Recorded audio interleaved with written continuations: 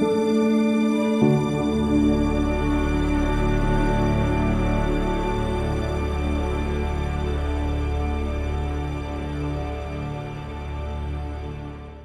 байцгаана уу хүмүүс үзэгчтэй. Мандала подкастын ээлж дугаар эхэлж байна. Өнөөдөр бид Монгол хүүхдийн ондоошил сэдвийн дор ярилцахаар студид зочин ураад байна. Сайхан аварч байна уу? Сайхан аварч байна уу? За та үзэгчдэд өөрийгөө танилцуулаач. За Гялала намайг хотгодын Чулуун Дүгүртэн овгийн Лагсрынгийн Эрдэнэ гэдэг хүн. Боловсролын салбарт 20 гаруй жил ажиллаж байгаа ийм хүн байна. Математикч. Математикийн багш мэргэжилтэй. За одоо бол боловсрол судлаараа дагнаад явж байна. Монгол хүүхдүүд хэр өөрчлөгдөж байна? Та тэрийн үндсэн ярианы сэдв Монгол хүүхдийн ондоошил. Энэ дээр та юу гэж хариулах вэ? Сайн болон сөрөг гэдэг утгаараа.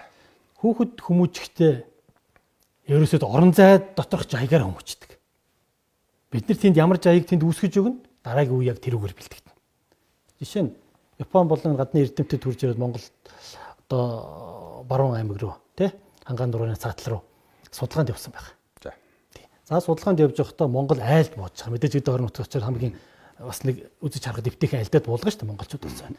За ингээд буулгасан өглөө 5 настай хүү гараад гүйсэн байгаа. Өдөө шин тийм байдаг шүү дээ. Ингээд л өглөө гараад явж. Тэгээ эргэж орж ирэхдээ аав манай хонь бүрэн байна гэж орж ирсэн. Тэгсэн чинь нөгөө Япон эрдэмтэн сая энэ хүүхд юу өгч вэ гэдэг. Тэгсэн чинь сая манай хажууд нь орчуулж байгаа хүмүүс хонь бүрэн байна л гэж хэлж байна гэдэг. Манайх тэдний хайхрамжгүй хандаад байна шүү дээ. Тэгээ Япон хүн өөдгөө үлгэж авахтаа тэр юу гэсэн юм болоо чи урд шин хурж ирээ танилцж яхад эдгээр чинь 800 гаруй хоньтой гэжсэн дээ. 1000 тоньтой гэжсэн. Энэ хүүхд чинь 5 настай гэсэн дээ. Тэгэхээр зэрэг энэ хүүхдийн тоо тоолж байгаа чадвар нарийн тийм байгаа биш үү? Тэгээд нөгөө нь лавлж асуусан баг. За. Тэгэхээр зэрэг энэ хүүхэд яаж тэр хоньоо бүрэн байгаа гэдгийг хэлж мэдвэ гэдэг ойлголт. Энд чинь л Монгол атенттэй. Одоо Монгол ондоош. Монгол интеллект яг тийм. Одоо англи хэлээр бол тийм. Ийм зүйлүүд нь Монгол ондоошлж яригддаг гэсэн үг. Тэгээд тэндээс хүүхэд яаж ийн хүүхэд зэрэг нөгөө эрдэмтэн судлаач маань болохоор зэрэг хүүхдээс тодруулсан баг. За хоёулаа тоо тоолъё. За нөгөө хүүхэд чинь 5 настай хүүхэд сургуульд ороогүй хүүхэд чинь тоо тоолоод стрэлэгт явсан бол яваагүй бол одоо мэдж байгаа тоогоо хэлээд нэг 10 хүртэл. Тэгээд нөгөө хүн яачих гайхчих жоохгүй. Энэ юу вэ? Энэ юу бол явчих. За 800 гаруй хоног бүрэн гэж тоолоод ороод ирчихин. Тэгсэн мөртлөө 10-аас 20 хүртэл тоолж чаддаггүй. За. Энэний цаана нэг юм байгаад байгаа зү. За нэг Монгол ухаан, өв ухаан. Тий, өөрөөр хэлэх юм бол энэний цаана юу нөхөр зэрэг тэр хүүхдүүдэд малаа гэж яаж өгөх нь дүүргэж, баримжаалж, хаана аль нь хөвтөж гэнэ үү? Хотныхоо хоон хаана вэ? Энэ гэдэг өөрөөр хэлбэл маш том ажиглалтыг хийж сурдгаараа Монгол хүүхдүүдийн ондооштол байхад. Өнөөдөр болохоор зэрэг энэ ажиглалтыг энэ төв суурин газар 4 хааны дотор хүүхдүүд ажиглалтыг хийх чадвар нь их сул байхад. Ажиглалт багтаа болохоор зэрэг хүүхдүүд судлаач арга барилаар юмд хандах нь багасаад. Тэгээ зэрэг саяын тэр малчин хотод байгаа тэр хүүхдийн ажиглах чадвар дээр нь тулгуурлаж энэ хүүхэд ийм хэмжээний одоо нэг өсөнд яг академик албан боловсрол биш мөртлөө амьдралын боловсрол авсан байна гэдгийг тэр судалгааны үр дүнд гарч ирсэн байна л да. Монгол Улсын их сургуулийн боловсрол судлалын тэнхимээс эрхлэн гаргадаг боловсрол судалгаа сэтгүүлийн 2024 оны дугаар дээр энэ өгүүлэл байчих. Монголчуудын үр хүүхдээ сургаж хүмүүжүүлдэг, боловсруулдаг байсан энэ албан бус ч гэсэн ийм грийн боловсрол гэж нэг зүйл байна тийм ээ. Хавь амьдралтай холбоотой, нүүдэлчин соёлтой холбоотой тухайн үед байгаль дэлхийдээ харьцах яаж шийдвэр гаргах уу гэдгээс өсвүүлээд. Яг үнэ тийм ээ. Тэгэхээр энэ зүйлийг л та одоо үнсэнтэй болгоё гэж зориод байгаа хүн байна гэж би ойлголоо. Яг юу хийж ийм талаар. Сая 2024 оны 11 сарын 28-нд Монголын боловсролын философи гэдэг олон улсын эрдэм шинжилгээний хурал. Манай боловсролын яамны дэргэдэх боловсролын судалгааны үндэсний хүрээлэн зохион байгуулсан. За тэн дээр олон ингээд гадна дотны эрдэмтэд Монголын одоо толгой боловсролын салбарын маань хүмүүс маань илтгэлүүд хэлцүүлсэн л дээ. Тэгээ тэд нэрийг ингээд харж яхад нэг хоёр зүйл маш тод харагдчих. За 3 зүйл юм. Эхнийх нь болохоор зэрэг энэ өнгөрсөн 400 жилийн хугацаанд бид нар дандаа импортын чиглэлийн боловсролыг авч хэрэглээдсэн. Эндээс бид нар тэр Монголдо эргэж ирдэг зүрх сэтгэлтэй хүүхдүүдийг, өртөө хүүхдүүдийг, чинтэй хүүхдүүдийг бид нар бэлдэж чадаагүй. Бэлдэж чадахгүй нэ гэдэг дээр бүгдээр хэрнэ хүлээн зөвшөөрч байна. Энэ боловсрол судлаачид боловсролын байгууллага. Энэ одоо үнсэнтэй мэрэгчлэнгүүд. За. Тэгэнгүүт хоёр дахь нэг зүйл нь. Тэгвэл бид нар Монгол ондоошил бүхий хүүхдийг бидний хүсэж байгаа тэр дүр төрх хүүхдийг хаанаас яаж бүтээх юм бэ гэхээр зэрэг өөрснийхөө эрдэнсийн авдрыг өнгөрсөн юм руугаа эргэж тэндээс юм харах хэрэгтэй байна гэдэг дээр санал нэгдэж байна. Тэгээ миний яг одоо судалгааны сэдв, эрдмийн ажил, одоо ингээд өөрийн байгууллагын тэр явж байгаа энэ ажлууд бол бүгдээрээ яах нь. Энэнийг л нэг юм байх шүү гэдгийг л ээж аавуудад боловсролын салбарынхандаа эрдэмтдээ нэг нь нэг ч гэхгүй үг, хоёр нь хоёр ч гэхгүй үг гаргаж өгөх юм зорилготой л явж байна. Нүүб дэлхийд дээр нэг 190 гаруй орныг оролцуулсан сая 500 мянган одоо судлаач багш нар эрдэмтэд оролцсон түүхэнд тэр 3 дахь том судалгаагаа хийж илтгэл болгож танилцууллаа. За тэр илтгэлийн үр дүн дээр юу гарч ирж байна вэ гэхээр зэрэг за дэлхий бол хөгжлийнхөө энэ үе шатн дээр доктортой хөгжлийн зорилтыг хэрэгжүүлэхэд хамгийн чухал зүйл нь бол хүний хөгжил байгаа. Энэ хүний хөгжил яг ямар байж чинь өнөөдрийн доктортой хөгжлийг цааш нь яг зөв авч явах гээд энд маш том түлхэц өгөх гээд байна гэдэг дээр их томоор эргэж харсан байна. За тэгэхээр энэ дээр нэг 3 зүйлийг хүссэн. Нэгдүгээрт бол боловсролын сургалтын үйл ажиллагааг илүү байгаль руу ойртуулаач. Өөрөлдөө нэг хүний хөгжлийг, хүүхдийн хөгжлийг яагаад байна вэ? 4 ханны донд ингээд вакуум байдлаар ингэж яваад байна гэдгийг дэлхийд дахиад харчлаа шүү дээ, тий. Тэнгүүтээ байгаль руу ойртуулаач гэдэг. Хоёр дахь зүйл нь болохоор зэрэг улс орон болгон одоо 200-аад улс орон болгон боловсрол дээр маш тийм өвөрмөц зүйлийг бол хэрэглээд байна. Үүнийгээ бусад улс үндэстэнтэйгээ хуваалцаач гэдэг. Одоо таны сая хэлдэг дэлхийн ингээд нэг дайрчлалд явж явах үед ерөнхий юм бид нар авч яваад байгаа болохоос биш ондоошилсан ийм зүйлийг бол орхиод байна. Тэр ондоошил дотор юм байгаад байна гэдгийг олж харчаад дэлхийд дахин санал болгосон юм өвөрмөц. Тэгэхээр зэрэг хүүхдийн хөгжил дээр юу орж ирэх гэдэг гэсэн үг байна. Дэлхийд дахин хүлээмжшөрөгдсөн ур чадвар яригдах нь байна. Тухайн улс үндэстний өөрийнх нь онцлог гэсэн нэг юм яригдах нь байна. Энэ хоёр зүйл зэрэгцэж явах шаардлага байна гэсэн ийм онцлог одоо гарч ирж байна те хүүхдийн хөгжил дээр. Тэгэхээр та өөрөө Монголд дэлхийн нийт хүлээн зөвшөөрөгдсөн Германы бас боловсролын агуулгуудыг Монголд нутгшуулах. За мөн одоо Кембрижийн сургалттай гэж одоо засгийн газрын мөрийн хөтөлбөрт орсон энэ ажлыг Монголд нутгшуулж ямар нэгэн хэлбэрээр бийжүүлэхэд тодорхой нэмэр оруулсан хүн. Барууны гэж бид нар ярьдаг энэ боловсролын одоо сургалтын системийг Монголд нутгшуулахад сайн тал нь юу вэ? Давуу тал нь юу вэ гэсэн үг. За мөн сөрөг тал байна уу? Сайжруулах тал тийм ээ. За тэгэхээр зэрэг гэлалын чухал. Кембрижийн DST2 гэдэг хүүхдүүдийн олон улсад герман хэлний шалгалт өгдөг сургууль одоо. Тэнд одоо нэг 10 жил ажиллаа миний тухайд анх багш болж гарч ирснээс хойш. Хүүхдийн хөгжлийг хараад байгаа шүү дээ. Ингэж хөгжөөд байна, ингэж хөгжөөд байна. Нэг ийм марвал дэлхийд хүлээмжшөөрөгдөд байна. Энэ нь дутаад байна.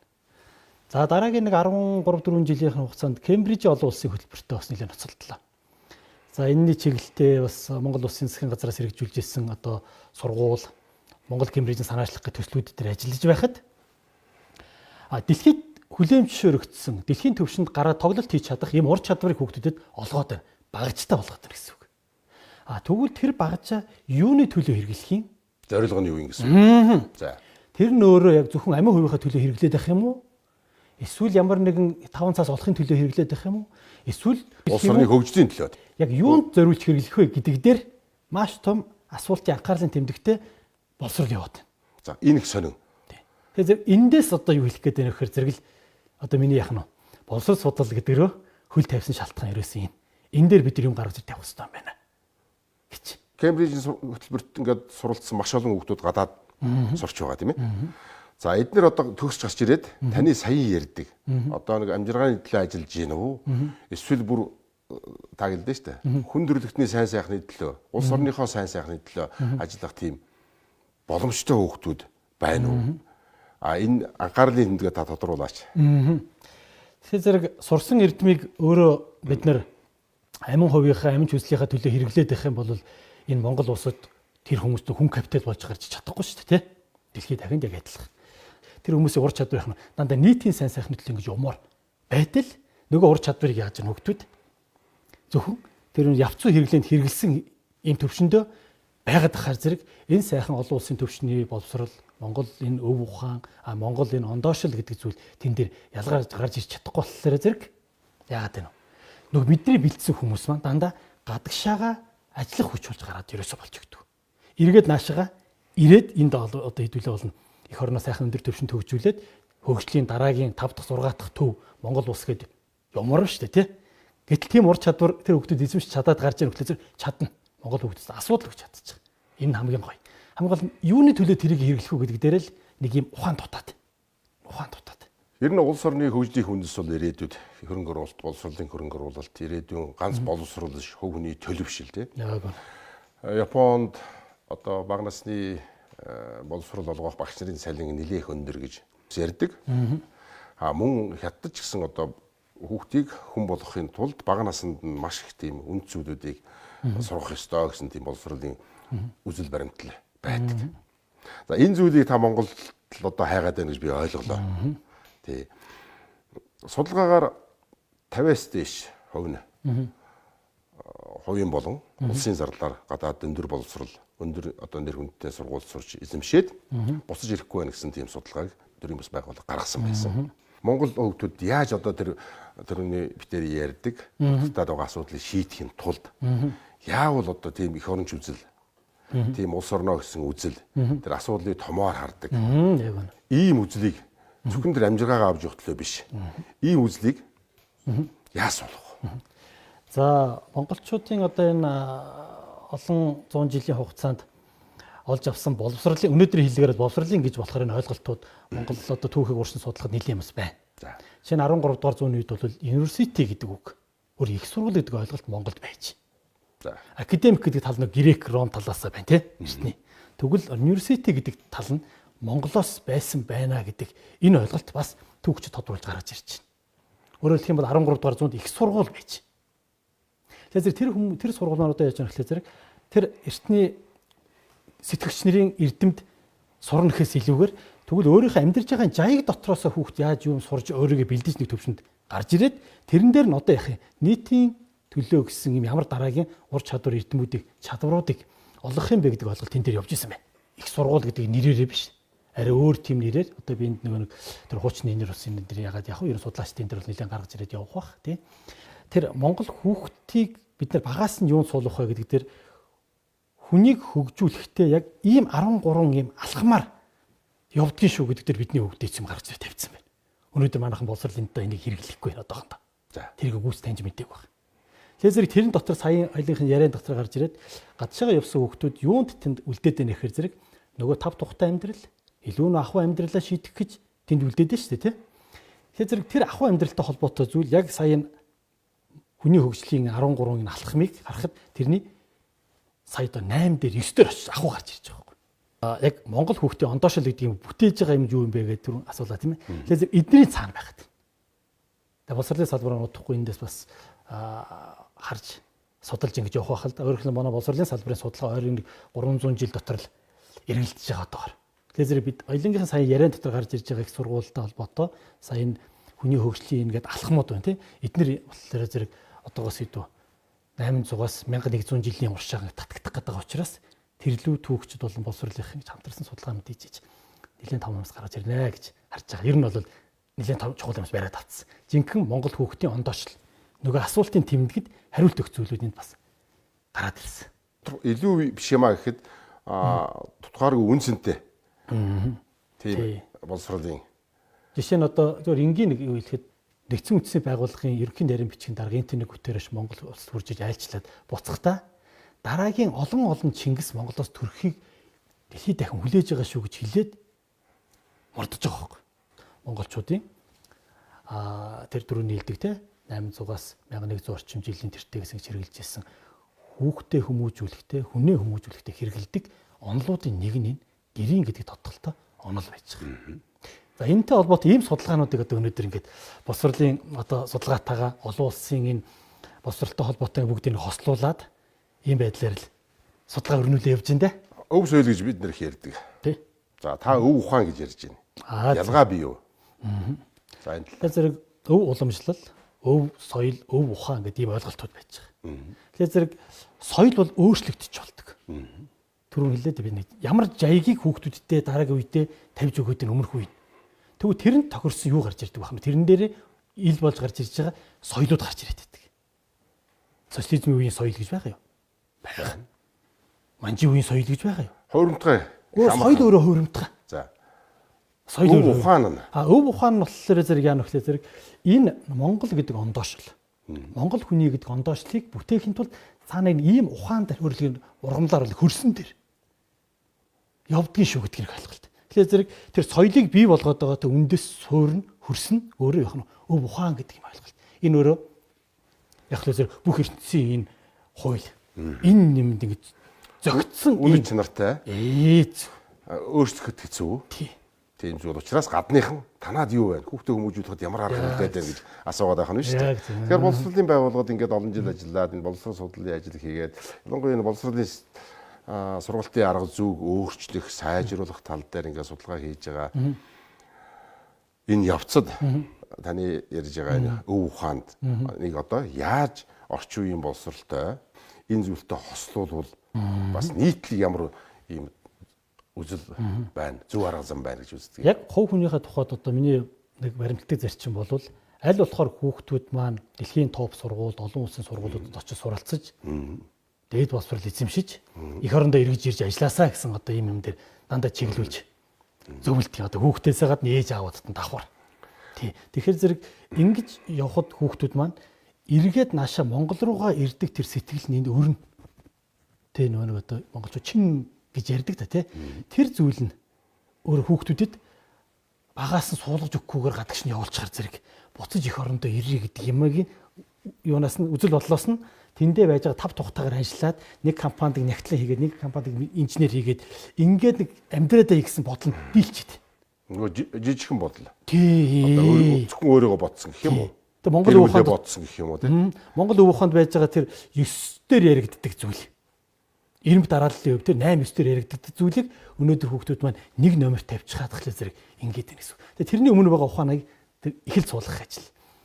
Шинэ юм гэдэг чинь нөгөө мартагдсан зүйлийг хэлдэг гэдэг нэг яриа байдаг шүү дээ. Тэрнтэй адилхан үнэт зүйл бидний уламжил ухаан дотор, өв соёл дотор байж идэг. Одоо нэг л гаргаж ирэх нь чухал байна тийм ээ.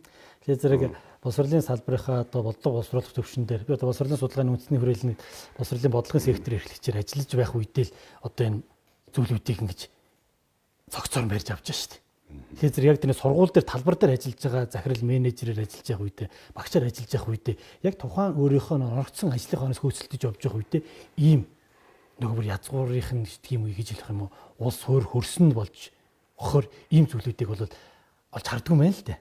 Тэгээ боловсролын салбарын судалгааруу тэгж орж ирсний үндэстэн дээр энийг харж барьж авчих.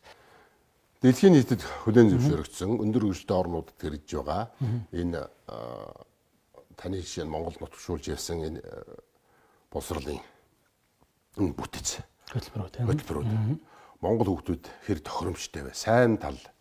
За мөн одоо сөрөг тал гэж байна уу? За гэлээ. Тэгэхээр зэрэг ер нь бол хүн төрлөختөн улс үндэстэн болгоноос боловсрол дээр нэм хүн хөгжүүлдэг давуу талууд байгаа. Тэр давуу талууд дээрээс маш их хэмийг өөртөө шингээж авчираад за ингээд та нар энийг аваад хэрэглээрэй гэдэг санал болгож байгаа хөтөлбөр өөрөө Кембриж хөтөлбөр гэдэг. Тий. За тэгэхээр зэрэг энэ дээр илүү Кембриж хөтөлбөрийн нэг одоо яг юуг нь давуу талыг хэлэх юм бол хүүхдүүд өөр хөтөлбөрөө сонгож үзэж болдог. Төрөн биелээ те. Тэгэхээр би яагаад Кембрижийг сонгосон гэхлээр тэгвэл энэ сонгож үзэж байгаа хөтөлбөр дотор нэг Монгол судлал, Монголын статис. Монголын түүх, Монголын хистори. Монгол бичиг буюу Монголын скрипт гэсэн ийм хөтөлбөрүүдийг Кембрижийн хөтөлбөр дотор Монгол улсын засгийн газар оруулах ийм зорилго тавьж авсан байхгүй. За. Тэгэх юм бол дэлхийн өнцөг болон бүрт байж байгаа тэр олон мянган сургууль сурж байгаа Монголыг сонирхож байгаа. Эсвэл тэнд амьдардаг Монгол гэсэн хүүхдүүд бүгдээр яах нь тэр хөтөлбөрийг тэр байгаа газараас Монголыг судлах, Монгол суралцах ийм боломж нь бүрдэх гэсэн. Та өнгөрсөн цаг дээр яриад байна. Тий. Тэгэхээр энийг бол бид нар хийж амжаагүй юм л да. Одоогор хийж амжаагүй. За. Тий. Тэгэхээр зэрэг энэ бол Кембриж хөтөлбөрийн давуу тал байна шүү дээ. Давуу тал байна. Улс үндэстэн болон өөрийн гэсэнтэй онцлог имийг дэлхийд дахин түгээх нэг том сувг болж өгдөг байх нь. А яг хөтөлбөрийг суралцаж явах үедээ бол хүүхдүүдэд маш ихээр судлаач олгодог учраас энэ хүүхдүүд цаашид суралцах арга зүйгээ маш их эзэмшдэг гэсэн үг. А үүнийг эзэмшүүлэхийн тулд багш нараас яах нь маш өөр ур чадруудыг нэгтгэдэг. Энүүгээр Кембрижийн хөтөлбөрийн давуу тал маш их. А бас сайжруулмаар юм тал байна шүү дээ тий. За. Тэр нь болохоор илүү нөгөө нэг хүүхдийг энэ улс үндэстнийхаа энэ онцлог зүйлийг судлах энэ тал дээр нь цаг хугацааны тухай жоохон боломж байгаа гэдэг. Кембриж хөтөлбөр өөрөө агуулгатай байх юм шүү дээ. За тэгээд илүү нөгөө юун талаар явдаг. Тэр амж би гэсэн үзэл. За. Тэр талын юм тэр хөтөлбөр дээр бол нэлээд тэр ихээр байдаг. Өөрөөр хэлэх юм бол чи өөрөө л хөгжиж явах юм бол чиний бүтээл сэтгэлгээ явж явах юм бол оюун сэтгэлгээний хандлагын суурь ялгаарч ирж шүү дээ. Өөрний ертөнцийн тийм ээ. Таныхаар болохоор зэрэг уул нь Монгол хүүхдүүд өөрийгөө тэр Монгол ухаанаар бол тэр чинь бүр хойно 9 дэх одоо зэрэглэл юм биш үү? Боловсролын байгууллагууд энэ шүүмжлэлтэй ханддаг хүмүүс бас нэрсээр хэлтгүү байгаа. Нөө тийм мэдээж тийм. Өөрчлөлтийг та яаж харж байна? Ирээдүйн өөрчлөлтийг. Яавал үр дүнтэй энэ боловсролын зүйлийг бий болгож Монгол хүүхдийн ондоошлыг дэлхийд одоо гадны хүмүүс Монгол хүүхд ондоо шүү гэж хараад байна шүү дээ. Энэ ондоошлыг яаж улам төгөлдөр шүүх вэ? Монгол ухааны сар хүний хөгжлийн тэр алхмууд дээрээс Кембрижийн хөтөлбөрийн олон улсын хөтөлбөр хүүхдүүд маш сайн багж эзэмшүүлээд байгаа байхгүй. За. Гарт нь маш сайн багж өгöd бариулж тэрийг яаж явах вэ гэдэг. Одоо ингэж хурц барьж байгаад ингэж шороо ухна гэдэг шиг тийм. Ингэж бид нар яаш гэдэг багж байна. Багжийг яаж хэрэглэх вэ гэдгийг зааж өгöd байгаа. Монгол ухаан болохоор зэрэг яах вэ зэрэг тэгвэл миний хүү чи тэгвэл яах энэ улс үндэстнийхээ төлөө энэ байгаль их дэлхийн төлөө энэ хүн төрөлхтний төлөө гэдэг тэр нийтийн сайн сайхны төлөө гэдэг үслийг нь бүртгүүлж өгдөг. Энэ хоёрыг хооронд нь ингэж матч хийгээд энэ хоёр дээр комбинац явуулах юм бол Монголын яг дэлхийд санд болгох хөтөлбөр гаргаж ирэх боломж байгаа. Аргад зүй нь бол мэдээж яг Герман ийм боломж биднэрт байна. Би бэлэн байна. Энэ өстө батгүй байна. Тэгэхээр таны энэ хандж байгаа хандлага энэ одоо үзэл санааг хэр олон одоо хүмүүс хүлээн зөвшөөрдөг. Тэр дундаа энэ боловсролын салбарт ажиллаж байгаа. Тодорхой хэмжээнд бодлого удирдах байгаа хүмүүстэй энэ талаар та санал солилцдог. Мэдээж солилцсон. За яг нь Монгол ухаан дотор нэг юм байна шүү гэд дуулгаж ирсэн сайдууд хүртэл байгаа. Хамгийн сүүлд бол инх хамгаалалтын сайдад боловсролын сайдаар ажиллаа шүү сүүлийн 4 жил тийм. Ингээд бол инх хамгаалалтын сайдын орон тооны бус зөвлөхөр миний би бас нэг орж гарч явж байхдаа энд нэг юм байна шүү сайдаа. Энийг хэдүүлээ ажил хэрэг болгох юм бол маш том Монгол хүний хөгжилдөө Монголоос дэлхийд одоо боловсрол импортлогтой холбоотой ийм инновац хийж болохоор байна шүү гэж болвол нэг 12 3 зүйлийг яг энэтэй холбоотойгоор ингэж зөвлөж ирсэн. За мэдээ зөвлөхийн юм дөрвийн хүрээнд зарим нь авч хэрэгжүүлэн зарим нь авахгүй шүү дээ. Янз янз л юм. Гэхдээ зэрэг ямар ч ийм ойлголт байгаа юм байна гэдэг дээр хүмүүст очиж байгаа гэж нэгдүгээрт харж байна. Хоёрдугаарт нь яг та сая хэлж байна тийм үү? Боловсролын салбарт ажиллаж байгаа хүмүүс. Яг тэр халуун фронт дээр ажиллаж байгаа багш нар. За энэ багш нарт очиод энэ Монгол ухаан дээр тулгуурсан нөгөө хүн байх ухаан, нөгөө зүрх сэтгэлийн боловсрол, за одоо энэ техникийн боловсрол, олон улсын хөтөлбөр, Монголын ингээд энэ боловсрол дээр яригддаг зүйлүүдийг улс хуурийн энэ дээрээс ихсүүлээ өрөөд ингээд явчих юм болов гэдэг дээр сургуулийн захирал удирдлагууд, багш нар, ажилтнууд, эцэг их хүүхдүүдэд очиод ингээд цогцоор сургалт хийгээд явхад нөгөөдөл 100%. За одоо 100 гэхээр арай жоохон том тоо байж магадгүй. 98-9% нь яадаг вэ? Бидний энд чинь нөгөө хөгжил гэдэг юм чи энд байгаа юм биш үү гэдгийг нэг дуугаар хүлээмжшээр сонсоод байгаа. Бид нар байрны солилцоход байна. Нэгдүгээр алхам нь юу вэ гэдгийг маш товчхондоо хэлээд явуул. За эхний алхам болохоор зэрэг хүүхдүүдийг хамгийн ихэнд юунд суйрлуулж, ургуулж эхлэх юм бэ гэдэг ихний хөрсний тийм ойлголт байна. Энэ болохоор зэрэг 3 ойлголт байдаг. Эхнийх нь болохоор зэрэг энэ тэр хүүхдийг хүмүүжүүлэхэд ийм орон зай жайг нь маш чухал шүү. Тэрийг бид нар өөрсдөө зэвэр тунгалаг байлгах.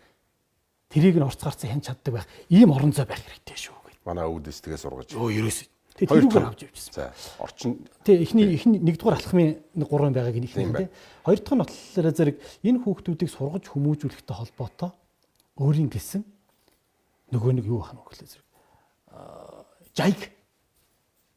Тэр ихнийх нь орон зай байсан бол хоёр дахь нь жайг байх юм шүү дээ. Орчин үеэр бол ёс зүй. Одоо өнөөдрийнх хүний ёс зүй нөгөө хүний мөн чанар чинь ямар байх хэвтэй. Тэрийг хэрэгжүүлэх гэж байгаа Монгол улсын хуйлууд маань, дүрм журмууд маань ямар байх гэдэг дээр бол ерөөсөө удамшил зохистой юм тавьж гэж байгаа. За 3 дахь тэр эхний шатны 3 дахь нь болохоор зэрэг чи яг юу руу чиглэж хөгжих ёстой юм бэ гэдэг зорилгын тэнд маш тодорхой тавьдаг гэж байна. Ийм 21 ийм зүйлийг чи харж ерөөсөө тийшээ явах ёстой шүү гэд тэн дээр юм тавиад гэж байна. Өөрөлд ингэж энэ 3 юм дээр эхэлж хүүхдүүдэд ургуул. За тэгээ энэний дараа гараад ирэхээр зэрэг орчлон ертөнцийг таньж мэдхтэй холбоотой дахиад 3 юм өгдөг. 2 дугаар алхам дээр. Гэх мэт ингээд цаашаа үргэлжлээд ингээд явдаг хана. үргэлжлээд явдаг гэсэн. Хөдөлжээж юмд суралцдаг, тэгжээж нэг мэдрэмжээ төрүүлдэг. Мэдрэмж төрүүлж өөртөө сайн чадсан хүн илүү нэг өндөр хөгжлөөр гарч ирдэг. Тэгэхээр мэдрэмж төрүүлэхтэй холбоотой зүйл нь өнөөдөр яах нь ингээд нэлээд өөрчлөгдөж байна шүү дээ. Суурин амьдрал руу ороод ирлээ. Хоёрдугаарт нь цахим технологи нэлээд хүчтэй ороод ирлээ. Ингүүд хүүхдийн өөр мэдрэмж төрүүлдэг тэр багж нь дутаад эхэлж байгаа гэсэн үг. Тийм. Тэгэхээр энэ чиглэлийн имийг л дэлхийд дахин хүссэн учраас хамгийн нөр ярианы хоёлынх нь ихэндээс нь хүн төрөлхтөн боловсролыг, сургалтыг байгаль руу ойртуулаач гэдэг санаа чинь яг энэ гарч ирж байгаа. Хүнд мэдрэмж төрүүлж байгаа тэр арга технологи нь хоцрогдож үлдээд. Хуушин бол биднэрт бараг 100% гараа байсан. Тэгэл байх үү гэрээс гараад яг шийдвэр гаргана. Тийм. Удамдаа гараад явах уу? Гадаанаа гараад тоглоход явах уу? Бүх шийдвэрийг гаргана. Тэхийн тулд заавал ажиглаж шийдвэр гаргах.